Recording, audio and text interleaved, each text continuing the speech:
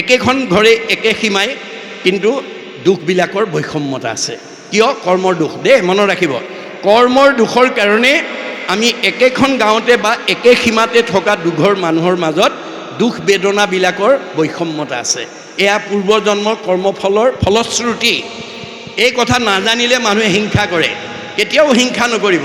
তাৰমানে আপুনি কিবা দুখ পাইছে, এয়া পূৰ্ব কৰ্মফল বুলি উপলব্ধি কৰিব লাগিব, তেতিয়া সংস্কাৰ হৈ যাব।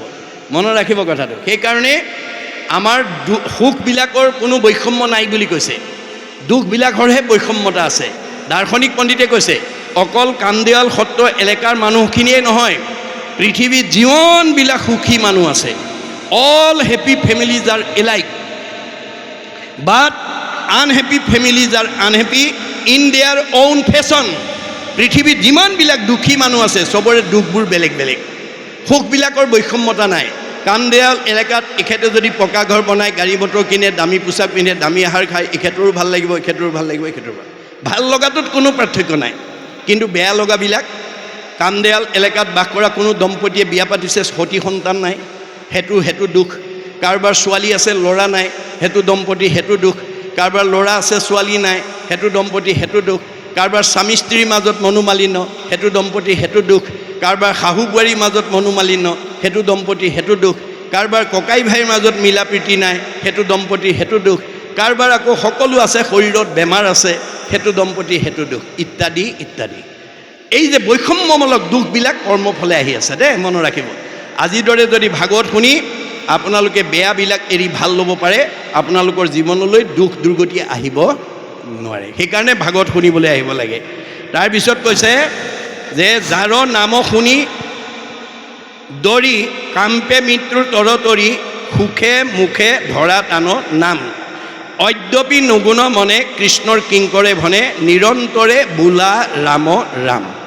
মহাপুৰুষ শংকৰ মাধৱে সামৰণিত আমাৰ সকলো জীৱশ্ৰেষ্ঠ মানুহক বোলা হৰি হৰি, বোলা ৰাম ৰাম বুলি ক'বলৈ কৈ সামৰণি মাৰে। কিয়? আমি জীৱশ্ৰেষ্ঠ মানুহ হিচাপে ভগৱন্তৰ হাজাৰটা নামৰ পৰা একেবাৰে মানে দুটা আখৰৰ নাম ৰাম কৃষ্ণ যদি আমি প্ৰত্যেকে মুখত যদি অনগল কৰিব পাৰোঁ, আপোনাৰ ওচৰলৈ কোনো দুখ বেদনা আহিব নোৱাৰে বুলি কৈছে। ৰাম কৃষ্ণ নাম যিটো সদায় ফুৰে গায়, সদায়েই মংগল তাৰ অমংগল নাই। আপোনালোকৰ ঘৰখনৰ প্ৰতিজন সদস্যৰ মুখত হাজাৰটা মানে ঈশ্বৰৰ নামৰ পৰা এটা নাম যাতে ক'ব পাৰে, তাৰ প্ৰতি গুৰুত্ব দিব। 1000 এফাকি ঘোষাৰ পৰা এফাকি ঘোষা যাতে প্ৰতিজন সদস্যই গাব পাৰে, তাৰ প্ৰতি গুৰুত্ব দিব। কাৰণ আমাৰ দাৰ্শনিক পণ্ডিতে কৈছে চিং of Hari with his form in heart, no other virtue is greater than names worth. ভগৱন্তৰ হাজাৰটা নামৰ পৰা এটা নাম যদি কাৰোবাৰ মুখেদি নিশ্চিত হয়, তাতকৈ আৰু পুণ্য নাই। মনত ৰাখিব। গতিকে ঈশ্বৰৰ নাম যাৰ মুখত ফুটিব তেওঁ ভকত। হৰি নাম ঘোষি কলি যুগত, নিশ্চয়ে হুইবেক লোক ভকত। ভকত কাণত গামোচা চেলেং ল'লে নহয়, চেলেং গামোচা ভকত নহয়। ভকত হ'বলৈ হ'লে ঈশ্বৰৰ নাম ল'ব লাগিব আৰু 3টা আখৰৰ গুণ থাকিব লাগিব, ভকত। ভ আখৰে কি কৈছে? ভ শব্দে ভগৱন্ত ভৱ বিমোচন, ভজন ভক্তিত তুষ্ট হুৱন্ত সিজন। ভগৱন্তই কাক ভাল পায়? মানুহৰ জন্ম পাই যাৰ মুখত ঈশ্বৰৰ নাম ওলায়, ঈশ্বৰৰ সেৱা পূজা কৰে, সেইজনক ভাল পায়। মাক বাপেকে কোন ল'ৰা ছোৱালীক ভাল পায়?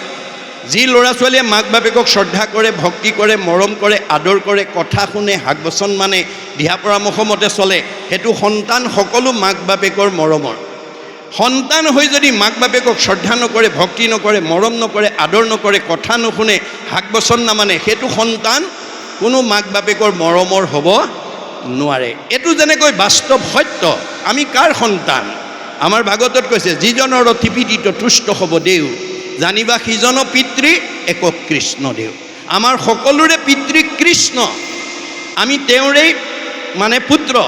গতিকে আমি পুত্ৰ হিচাপে তেওঁৰ নাম পুৱা গধূলি লৈছোনে নাই, তেওঁৰ সেৱা উপাসনা কৰিছোনে নাই, তাৰ ওপৰতে আপোনাক বা মোক কিমান ভাল পাব দেউতাই, কিমান মৰম কৰিব, কিমান সুখত ৰাখিব, কিমান উন্নতি অৱনতি কৰিব নিৰ্ভৰ কৰিব। মনত ৰাখিব।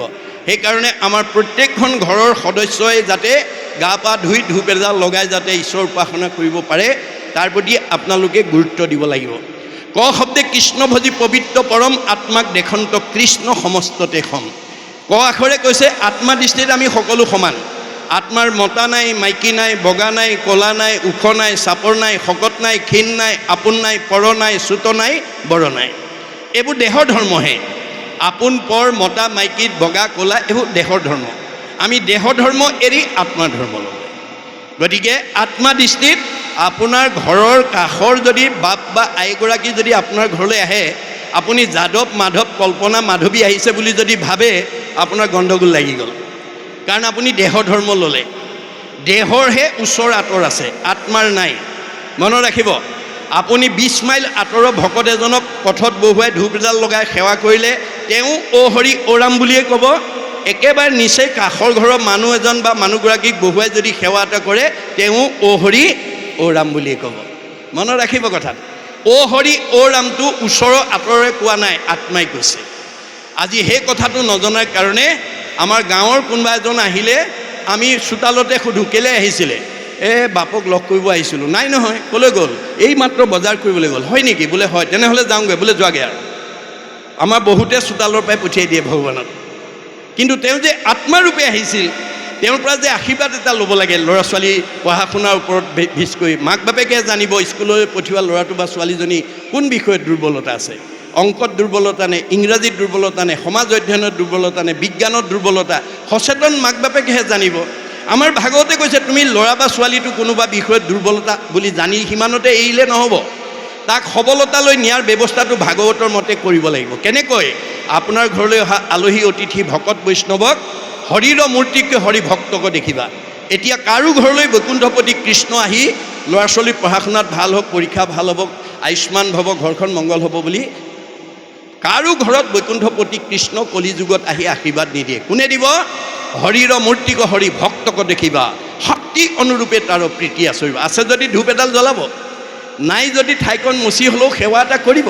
আৰু ল'ৰাটো বা ছোৱালীজনীক আনি ক'ব প্ৰভু কৃপা কৰকচোন, আশীৰ্বাদ দিয়ক। ল'ৰাটো অংকত বৰ দুৰ্বলতা, ছোৱালীজনী ইংৰাজীত বৰ। 10জনে যদি মূৰত হাত দি ঈশ্বৰে কৃপা কৰিব বুলি আশীৰ্বাদ দিয়ে, সজনৰ আশীৰ্বাদে মিলে কৃষ্ণৰ প্ৰসাদ। দৈৱবশে যদি সাধুৰ সংগ পায় নিশ্চয় জানা তাহাৰৰ স্বভাৱ দূৰ হয়।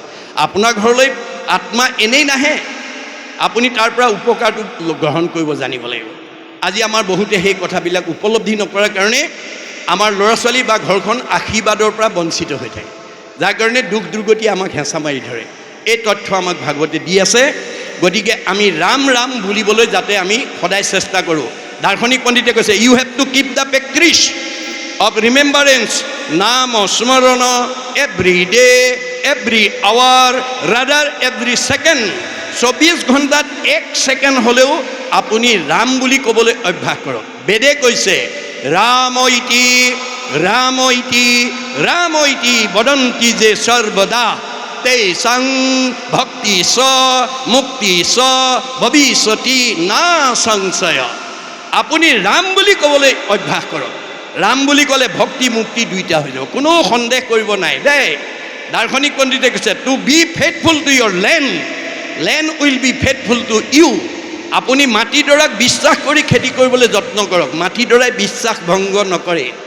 আপুনিও ভগৱানৰ ওপৰত বিশ্বাস ৰাখি কামবিলাক কৰি যাওক। ৰাখে হৰি মাৰে কোনে, মাৰে হৰি ৰাখে কোনে। এই বিশ্বাসেৰে আপুনি ঈশ্বৰত বিশ্বাস ৰাখি কাম কৰি যাওক। আপুনি কেতিয়াও বিপদত পৰিব নালাগে। মনত ৰাখিব কথাটো। যিটো কথা শুনি হিৰণ্যকশিপুৱে জলাজুইত ঘিউ ঢলাৰ দৰে উতলি উঠিছিল, প্ৰহ্লাদৰ এই কথা শুনি তেওঁ প্ৰতিবাদ কৰিছিল কি বুলি? হৰিষি যদি জগতৰ ঈশ কহ তাৰ কোনো উদিশ। হৰিয়ে যদি তোৰ জগতৰ ঈশ্বৰ হয়, ক তোৰ ঈশ্বৰ ক'ত আছে? শুনিয়া প্ৰহ্লাদে বোলয় বাণী, ব্যাপকত বিভু প্ৰভু চক্ৰপাণী। মোৰ ভগৱন্ত সমস্ত জগতত বায়ুৰ দৰে ব্যাপ্তমান হৈ আছে, সমস্ত জগতে আচন্ত স্বামী, স্ফটিকৰ স্তম্ভে দেখোঁ আমি। প্ৰহ্লাদে পকা খুঁটাটোলৈকে আঙুলিয়াই দিলে, ইয়াতেই মোৰ ভগৱন্ত আছে। যিটো প্ৰহ্লাদৰ কাৰণে সম্ভৱ হিৰণ্যকশিপুৰ কাৰণে সম্ভৱ। পকা খুঁটাটোৰ ভগৱান পকা খুঁটাত আছে, মাৰি দিলে গদা, ওলাই গ'ল। কেনেকৈ? বেদত কৈছে যত্ৰ অপায় অস্তি তত্ৰ উপায়ম অপি অস্তি। য'ত অপায় থাকে ভগৱানে ভকতক ৰাখিবৰ কাৰণে তাতেই উপায়ৰ ব্যৱস্থা কৰে। মনত ৰাখিব কথাটো। আপুনি ভকত হওক, কোনো বিপদত আপুনি পৰিব নালাগে, ভগৱানে উদ্ধাৰ কৰিব। ভগৱন্তে উদ্ধাৰ কৰিব। দৰকাৰ হ'লে প্ৰতিনিধি পঠাই দিব। যেনেকৈ ব্যাসৰ ওচৰলৈ নাৰদক পঠিয়াইছে আৰু পৰীক্ষিতৰ ওচৰলৈ শুকক পঠাইছে, আপুনিও ঈশ্বৰৰ ভকত হওক, আপোনাৰ ওচৰলৈ ভগৱানে বিপদৰ পৰা মুক্ত কৰাৰ ব্যৱস্থা কৰিব। এই তথ্য আমাক দি আছে। গতিকে ওলাই গ'ল কেনেকৈ? য'ত অপায় আছিল, অপায়টো কি আছিল? হিৰণ্যকশিপুৱে ভাতৃবধি প্ৰতিশোধ বৰাৰূপী ভগৱন্তৰ ওচৰত ল'বৰ কাৰণে আকাশ চাই ঊৰ্ধ্ববাহু হৈ থাকিলা ভূমিকে অংগুষ্ঠে চুই। এনে জতাৰ দীপিতি দেশন্তই ত্ৰাস প্ৰলয়ৰ সূৰ্যৰ যেন প্ৰকাশ। ব্ৰহ্মাক চিন্তিয়া আশা মনত বহি গ'ল দিব্য বৰিশত। হাজাৰ হাজাৰ বছৰ পাৰ হৈ গ'ল। ঢাকিল তনু উই মাটি তুলি শৰীৰৰ মাংস খাইলা সমূলি।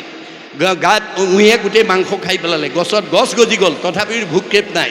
ব্ৰহ্মা আহি সঞ্জীৱনী ছটিয়াই জীৱিত কৰি কোৱা, বৎস তুমি ইমান কঠোৰ ব্ৰত কিয় কৰিছা? তুমি যদি মোৰ প্ৰতি সন্তুষ্ট হৈছা, মোক অমৰ বৰ দিয়া।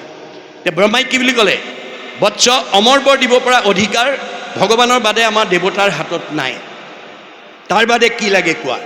তেতিয়া হিৰণ্যকশিপুৱে পৰোক্ষভাৱে ব্ৰহ্মাৰ পৰা অমৰ বৰ ল'লে। কেনেকৈ?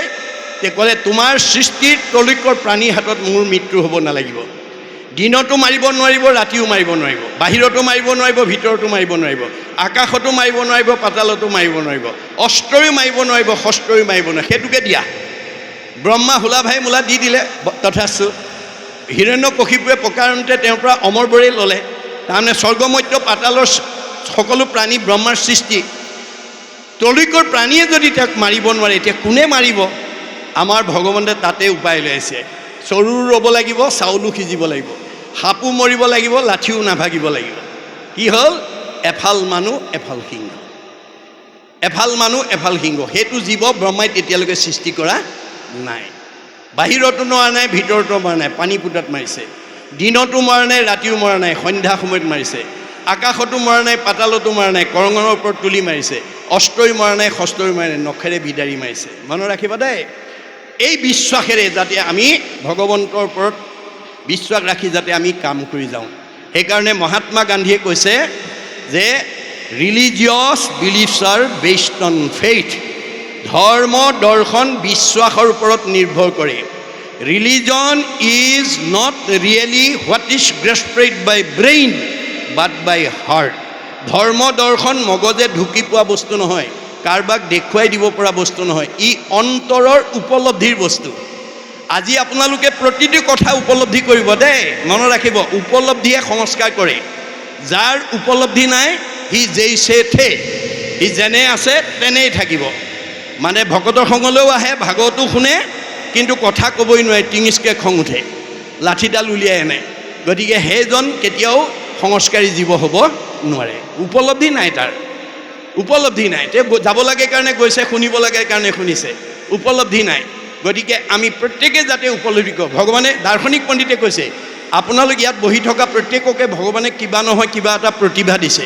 কাৰোবাক ডাক্তৰ, ইঞ্জিনিয়াৰ, অফিচাৰ, প্ৰবক্তা, অধিবক্তা, বুদ্ধিজীৱী, খেতিয়ক, ব্যৱসায়ী ইত্যাদি ইত্যাদি। কিন্তু ভগৱানে দিয়া প্ৰতিভাটো আপুনি প্ৰণালীবদ্ধ প্ৰয়োগৰ দ্বাৰা তাক বিজ্ঞানলৈ উত্তৰণ কৰিবলৈ শিকিব লাগিব। বিজ্ঞানটো উপলব্ধিৰ দ্বাৰা দৰ্শনলৈ উত্তৰণ কৰিবলৈ শিকিব লাগিব, আৰু দৰ্শনটো উপলব্ধিৰ দ্বাৰা ধৰ্মত নি প্ৰতিষ্ঠা কৰিব লাগিব। তেতিয়া ধৰ্ম ৰক্ষতি ৰক্ষিত। আপোনাক ধৰ্মই তেতিয়াহে ৰাখিব, ভগৱানে দিয়া প্ৰতিভাটো যদি আপুনি প্ৰণালীবদ্ধ প্ৰয়োগৰ দ্বাৰা বিজ্ঞান, উপলব্ধিৰ দ্বাৰা দৰ্শন, উপলব্ধিৰ দ্বাৰা ধৰ্মত নি প্ৰতিষ্ঠা কৰিব পাৰে। ধৰ্ম ৰক্ষতি ৰক্ষিত। ধৰ্ম এইবোৰ হতু হন্তি। আপুনি যদি ধৰ্মত আপোনাৰ প্ৰতিভাটো প্ৰয়োগ কৰিব পৰা নাই, আপোনাক দিয়া প্ৰতিভাই আপোনাক কেতিয়াও ৰক্ষণাবেক্ষণ নকৰে। অৰ্জুনক কৈছে, শুনা ধনঞ্জয়, ধন নহ'লে কাৰ্য নিসিজয়। মই তোমাক ধনটো কেৱল সৎ কাম কৰিবৰ কাৰণে দিছোঁ আৰু জীৱনৰ নিৰাপত্তাৰ কাৰণে দিছোঁ। আৰু মই দিয়া ধনটো যদি প্ৰয়োগ কৰিব নাজানা, ধনেই তোমাৰ মৃত্যুৰ কাৰণ হৈ যাব পাৰে। আজি আমাৰ সমাজত বহুত মানুহ ধনৰ কাৰণে উগ্ৰপন্থীৰ বলি হ'ব লগা হৈছে। বহুত মানুহ ঘৰতে চোৰ ডকাইতৰ বলি হ'ব লগা হৈছে। কোনবিলাক বলি হৈছে? যিবিলাকে প্ৰয়োগ কৰিব জনা নাই। মনত ৰাখিব, ধন কেনেকৈ উপাৰ্জন কৰিব লাগে, কেনেকৈ ব্যয় কৰিব লাগে, ভাগৱতত নিয়ম বান্ধি দিছে। ন্যায় উপাৰ্জিত বিত্ত শুদ্ধ আতিশয় সেই বিত্তে ভগৱন্তক পুজিবে লাগে সৎভাৱে উপাৰ্জন কৰা অৰ্থই আপুনি ভগৱন্তক সেৱা পূজা কৰিব লাগিব অৰ্থ আজি বাৰ কিঞ্চিত একো নাহি ফল যদি নভজয় হৰি চৰণ কমল আপুনি উপাৰ্জন কৰা ধনেৰে যদি আজিৰ দৰে সেৱা ঈশ্বৰ সেৱা কৰ্মত ব্যৱহাৰ কৰা নাই সেই ধনৰ কোনো মূল্য নাই কিয় দুখ কৰি ধন ধান আৰ্জা যত মানে কৃষ্ণে এৰে যদি তাকো খাইবে আনে আপুনি ব্যৱসায় বাণিজ্য চাকৰি কৰি বহুত ধন উপাৰ্জন কৰি বেংকত ফিক্স ডিপজিট কৰি থ'ব পাৰিব কিন্তু যিদিনাখন আপোনাৰ দেহৰ পৰা আত্মা ওলাই যাব আপুনি বেংকত থোৱা টকাটো ভোগ কৰিবলৈ নাপায় কোনে কৰিব নমিনীয়ে সেইকাৰণে গুৰুজনে কৈছে নিজ হস্তে আৰ্জি যদি উক জগন্নাথ কিছু ব্যয় কৰি উক হৰিৰ সেৱাত তুমি জীয়াই থাকোঁতে এই দুখন হাতেৰে যি উপাৰ্জন কৰিছা তাৰ কিবা এটা অংশ মোৰ কামত ব্যৱহাৰ কৰিবলৈ শিকিবা যিবা কিছু আছে ধন তেজাত আৰু মোহমন কিছু ব্যয় কৰা হৰি অৰ্থে তেবে সে ভকতি বাঢ়ে মাধৱত প্ৰেম চৰে তেবে ধন নাযায় তাৰ অব্যৰ্থে আপোনালোকৰ সত্ৰৰ এলেকাৰ যিসকল বাপ বৈষ্ণৱে এই দুদিনীয়া কাৰ্যটো সফল ৰূপায়ণৰ কাৰণে কোনোবাই যদি দান বৰঙণি দিছে শক্তি অনুসৰি কাৰোবাৰ 10,000 কাৰোবাৰ 5,000 2,000 কোনোবাই চাহ জলপান কোনোবাই অন্ন দিছে দেখাত খৰচ হৈছে আচলতে জমা হৈছে কেনেকৈ এক গুণ লগাইলে অনন্ত গুণ হয় নাজানি মুঘুদ হবে ধন সাঞ্চিত হয় মোৰ কামত এগুণ লগালে মই অনন্ত দিম তুমি দুহাতে দিবা মই চাৰিহাতে দিম তোমাৰ ধাৰ মই নেখাওঁ এই কথাটো নজনাবিলাকে মোৰ কামত পইচা দিবলৈ ইচ্ছা নকৰে এতিয়া আদৰণি সমিতিহে জানিব কোনে কোনে ঘূৰাই পঠিয়াইছে দেই হয় নাই আদৰণি সমিতিহে জানিব যদি কোনোবাই ধন থাকিও দিয়া নাই তেতিয়া কি হ'ব ধন সাঞ্চি যিটো বিষ্ণু বৈষ্ণৱক নেদৈ গৃহাগত ভৈলে তাক নাই বুলি খেদৈ মাধৱৰ নাম লৈয়া বৈষ্ণৱ বোলাৱে হেনয় জনক দণ্ড দিয়ন্ত মাধৱে ভগৱানে কৈছে মই দিয়া ধন থাকি যদি মোৰ কামত নিদিয়া তুমি বৈষ্ণৱেই হোৱা বা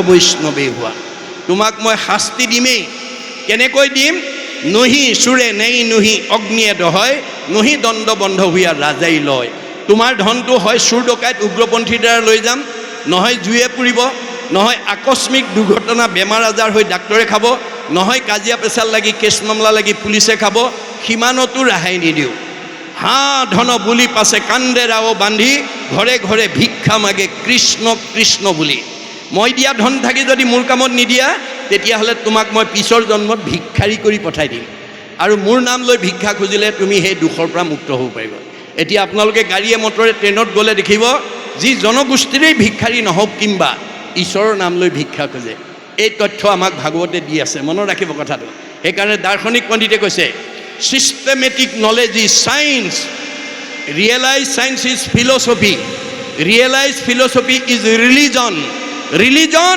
is the highest sense of philosophy প্ৰণালীবদ্ধ জ্ঞানক বিজ্ঞান বুলি কৈছে বিজ্ঞানটোক যেতিয়া অনুভৱ কৰিব দৰ্শন দৰ্শনটোক যেতিয়া উপলব্ধি কৰিব ধৰ্ম ধৰ্মতকৈ আৰু দ্বিতীয় দৰ্শন নাই শংকৰদেৱে এটা বাক্যত আমাক বুজাই দিছে যতেক দেখা খোজ সমুদায় হস্তিৰ খোজত হবে লুকাই আমি প্ৰকৃতি জগতত যিমানবিলাক জীৱ জন্তু দেখিছোঁ সকলো জন্তুৰ খোজ হাতীৰ খোজত লুকাই যায় হাতীৰ খোজতকৈ আৰু ডাঙৰ খোজ একো জন্তুৰে নাই এই পৃথিৱীত যিমান ডাঙৰ মানুহ আছে ৰাষ্ট্ৰপতিও কৃষ্ণতে বিলীন হ'ব লাগিব সাধাৰণ নাগৰিকো কৃষ্ণতে বিলীন হ'ব লাগিব MLA মিনিষ্টাৰো কৃষ্ণতে বিলীন হ'ব লাগিব ঠেলাওলা ৰিক্সাওলাও কৃষ্ণতে বিলীন হ'ব লাগিব আপোনালোকৰ গাঁৱৰ ধনী মানুহজনো কৃষ্ণতে বিলীন হ'ব লাগিব দুখীয়া মানুহজনো কৃষ্ণতে বিলীন হ'ব কৃষ্ণৰ ব্যতিৰেকে আৰু দ্বিতীয় নাই সেইকাৰণে মহাপুৰুষ শংকৰদেৱে জীৱশ্ৰেষ্ঠ মানুহক কৈছে কৃষ্ণক পূজিলে পূজা সমস্তৰে হয় আপুনি প্ৰথম কৃষ্ণক ৰাখিবলৈ যত্ন কৰক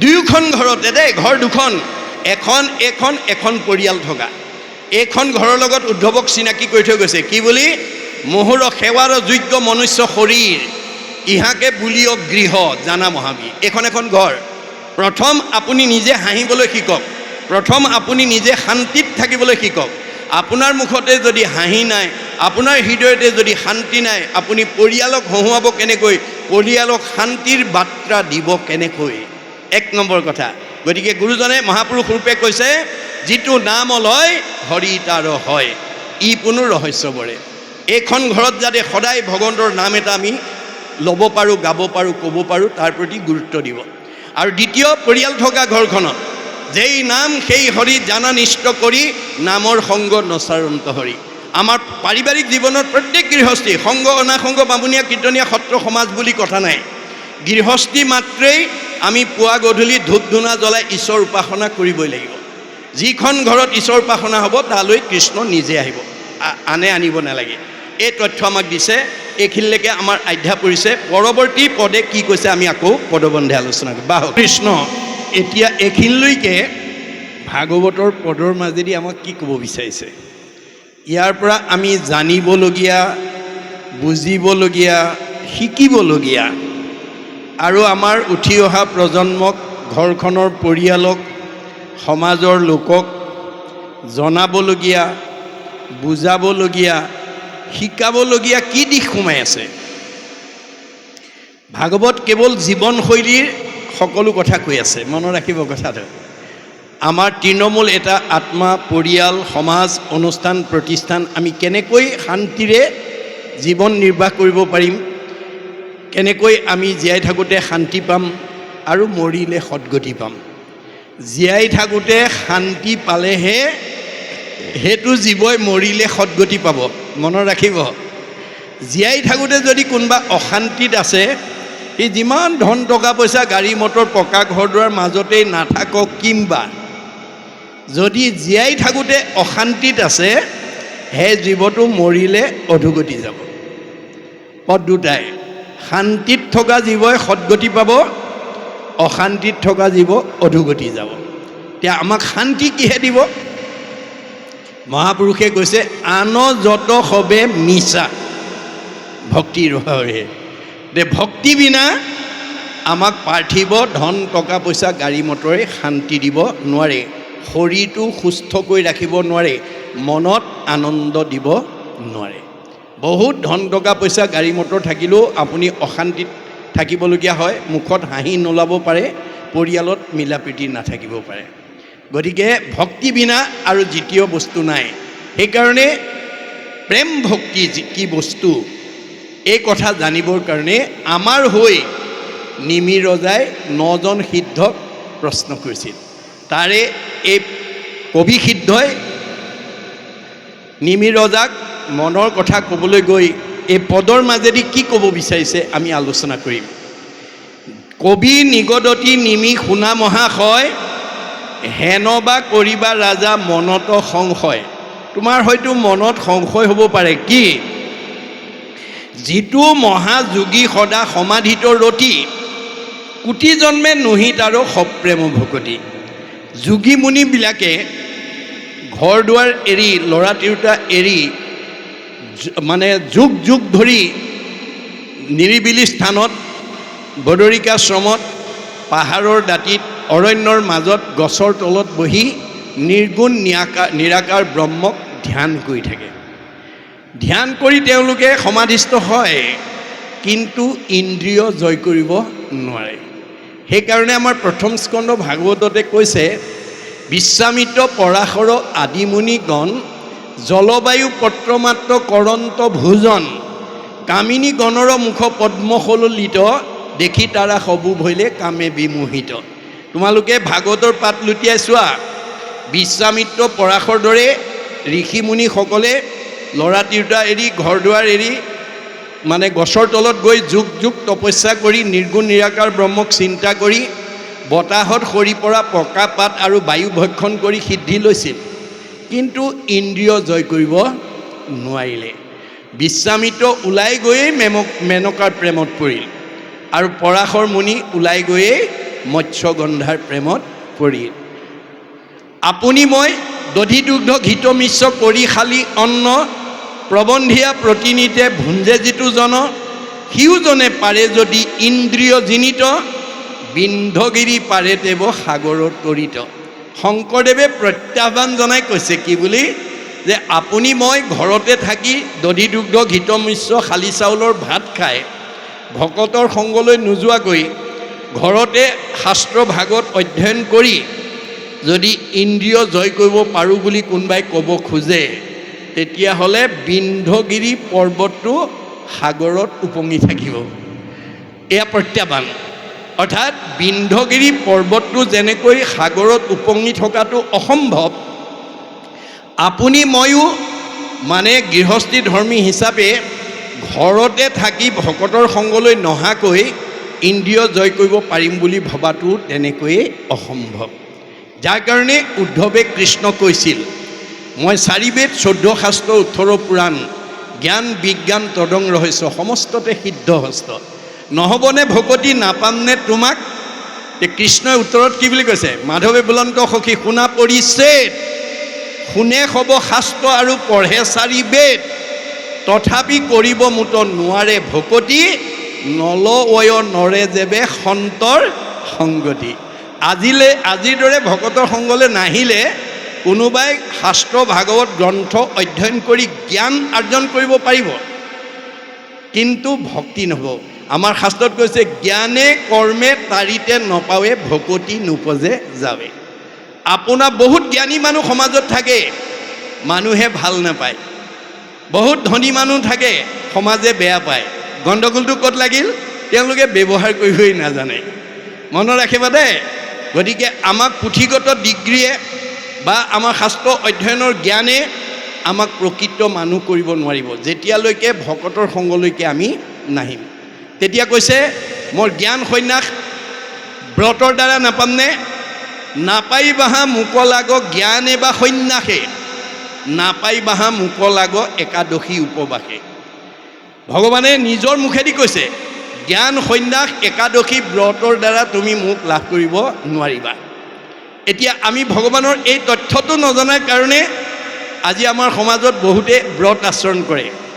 কোনোবাই আউসী, একাদশী, পূৰ্ণিমা, সংক্ৰান্তি, শনিবৰীয়া, মংগলবৰীয়া, বৃহস্পতিবৰীয়া ইত্যাদি ইত্যাদি।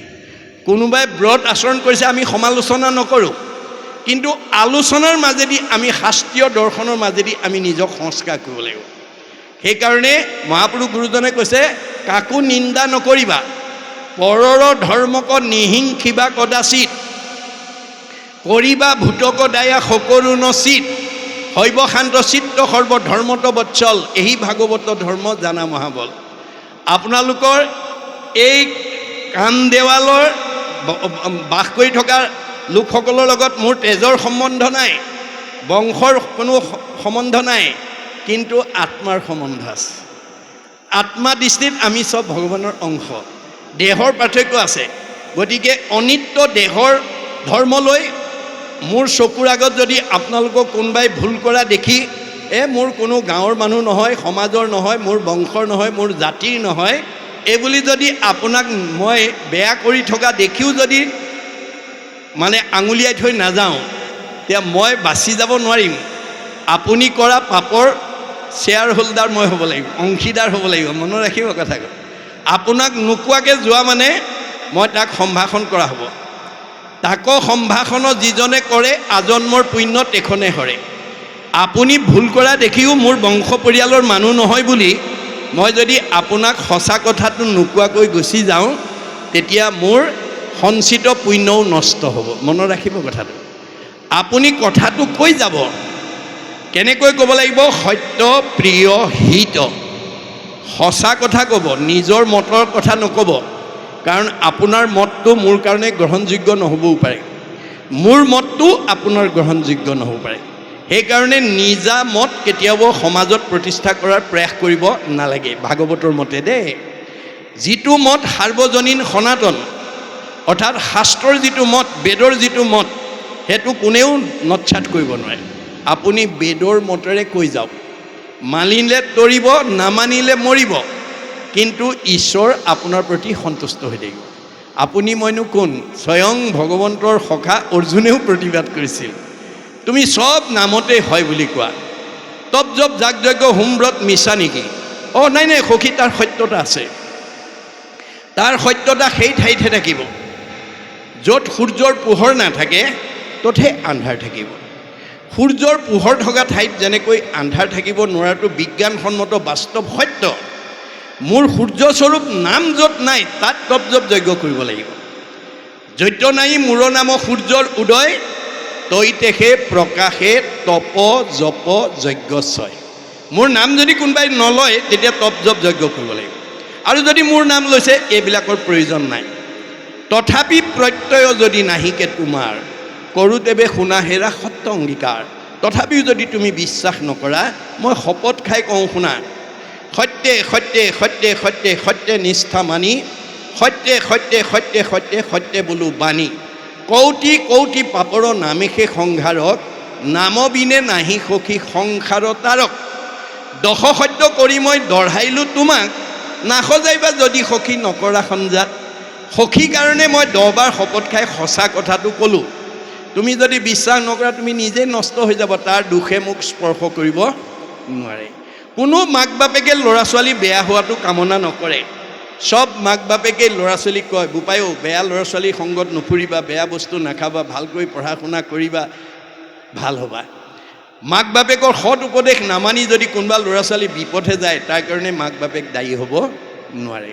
শাস্ত্ৰই আমাৰ সকলোকে সৎ উপদেশহে দিছে। কোনোবাই যদি নামানি বিপদে গৈছে, তাৰ কাৰণে শাস্ত্ৰ দায়ী নহয়। শাস্ত্ৰ গুৰু সবে শিষ্যক কৃপাই, শুদ্ধ উপদেশ দিব, শিষ্য সবে শুদ্ধ ভাৱে নাচৰিলে, তাৰা সবে কি কৰিব? ক'বহে পাৰে মাক বাপেকে, ল'ৰা ছোৱালীয়ে যদি নামানে নিজৰ ফল নিজে ভোগ কৰিব। গতিকে উদ্ধৱে তেতিয়া আকৌ ক'লে, মই জ্ঞান সন্যাসৰ দ্বাৰা নাপামনে? নাপাইবাহা মোক লাগ জ্ঞানে বা সন্যাসে, নাপাইবাহা মোক লাগ একাদশী উপবাসে। এইবোৰ উপবাস কৰি মোক নাপাবা। ভগৱানে নিজে কৈছে দেই, আমি নাজানি এতিয়া বহুতে উপবাস কৰিছে। গতিকে আমি যাজ্ঞবল্কৈ কৈছে, তুমি একাদশী উপবাস কৰাতকৈ, ভাত লঘোণ কৰি শৰীৰক কষ্ট দি ব্ৰত আচৰণ কৰাতকৈ তুমি 11টা সৎগুণ বিশিষ্ট হোৱা। তেতিয়া তুমি কোনো ব্ৰত নকৰাকৈ তুমি ভগৱানক লাভ কৰিব পাৰিবা আৰু মুক্তি লাভ কৰিব পাৰিবা। কি কি 11টা সৎগুণ? অহিংসা, সত্যম, অস্তেয়, ব্ৰহ্মচৰ্য, অসহংগ্ৰহ, শৰীৰশ্ৰম, আস্বাদ, সৰ্বভয় বৰ্জনম, সৰ্বধৰ্ম সমানত্তম, স্বদেশী স্পৰ্শ ভাৱনা, হি একাদশ বিনৰ্ম ব্ৰত নিশ্চয়। এই 11টা সৎগুণ, আপোনালোকে এই 11টা সৎগুণ আয়ত্ব কৰিবলৈ যত্ন কৰক। 1 নম্বৰ অহিংসা, কাকো হিংসা নকৰিব। কাক কৰিব? চবতে ভগৱান আছে। হিংসা কৰিব পাৰিব, আপোনাৰ কি হ'ব? পাপ আয় পৰপীড়ন। আনক দুখ দিয়াৰ লগে লগে আপোনাৰ পাপ হ'ব, আৰু পাপ হোৱাৰ লগে লগে আপোনাৰ জীৱনলৈ দুখ দুৰ্গতি নামিব আৰু আয়ুসটো কাটি দিব। গতিকে সেই কামৰ পৰা আমি নিজক আৰু পৰিয়ালক, সমাজখনক যাতে আঁতৰাই আনিব পাৰোঁ, তাৰ কাৰণে আপোনালোকে বেদৰ মতে আপোনালোকে দিহা পৰামৰ্শ দিব। অহিংসা, সত্যম, সদায় সঁচা কথা ক'ব। সঁচা কথা কোৱা মানুহে কালৈ ভয় নকৰে, মূৰ তুলি কথা কয়, সাহসেৰে কথা কয়। মিছা কথা কোৱা মানুহ তললৈ মূৰ কৰি থাকে, ধৰা পৰা ভয় কৰে। আপোনালোকৰ পৰিয়ালত সঁচা কথা কোৱাজনলৈ মিছা কথা কোৱাবিলাকে সমীহ কৰে। সমাজত সঁচা কথা কোৱা মতা মানুহ বা মাইকী মানুহগৰাকীলৈ মিছা কথা কোৱাবিলাকে দৰ কৰে, সমীহ কৰে। গতিকে আপোনালোকে কথা সদায় সঁচা ক'ব।